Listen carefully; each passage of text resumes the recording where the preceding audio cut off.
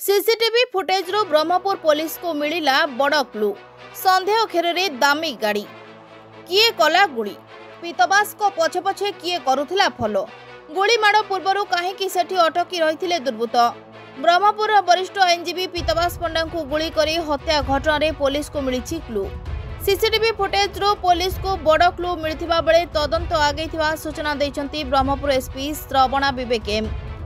पीतबास को हत्या मामला रे ब्रह्मपुर एसपी कहते मृतदेह मिलथिबा गुली खोका को बालिस्टिक विशेषज्ञ निकट को पठा जाइछि।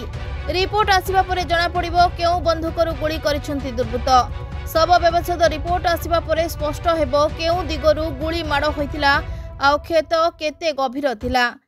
घटनास्थल को जाई साइंटिफिक टीम तदंत करथिबा बेले तथ्य प्रदान करछि। मामला रे ब्रह्मपुर पुलिस 50 रु अधिक सीसीटीवी एबे सुधा देखि सारिछि, जेउथरे पुलिस को अनेक क्लू मिली जहाँ को नहीं ब्रह्मपुर एसपी कहते पीतबास केउठू केतेबेले बाहरिले केउ रास्ता रे गले पीतबास जेउठी अटकिले सेठी किछि संदिग्ध पूर्वरु बुलुथिले अटकी रहिथिले से नहीं संदिग्ध को पचरा उचरा करा जाउछि।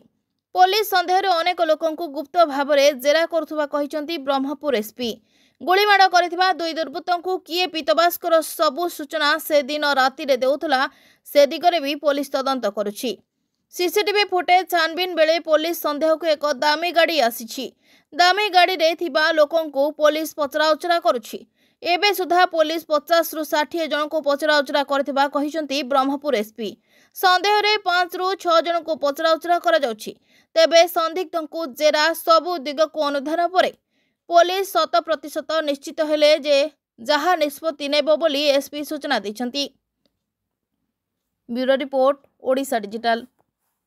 सहित ओडिशा आईनजीवी परिषदर चलित निर्वाचन में ओडिशार सर्वाधिक भोट पाई एक चांचल्य सृष्टि करते गोटे बीच रास्तार गोटे पार्वण दिन में ब्रह्मपुर सहर में जपरी भाव निर्मम भाव गुड़ीबिद्ध कर हत्या करागला तार प्रतिवाद में आज सारा ओडिशा आईनजीवी मैंने पलंसार आंदोलन करते मन पकई कैंडेल सभा कला बेलू आम हृदय थरी जाए जेहेतु सी आम सका 10 ରୁ 6 अध्याय आम सांगे सी रुहे आम परिवार सदस्य भाई कारण आम घर को गले आम स्त्री पिला सहर कोर्ट को आइले आम वकिल भाई मान सहर एपरी एक अघटन घटीगला जहाँ सारा भारत में बर्तमान चांचल्य सृष्टि कर बार काउंसिल चेयरमैन निजे घोषणा कर घटनार निंदा करने ओडिशा सरकार को 72 घंटार समय मागिले ये जो दुर्बृत्त माने बिना दोषरे जो लोकों लड़िया लोकटी को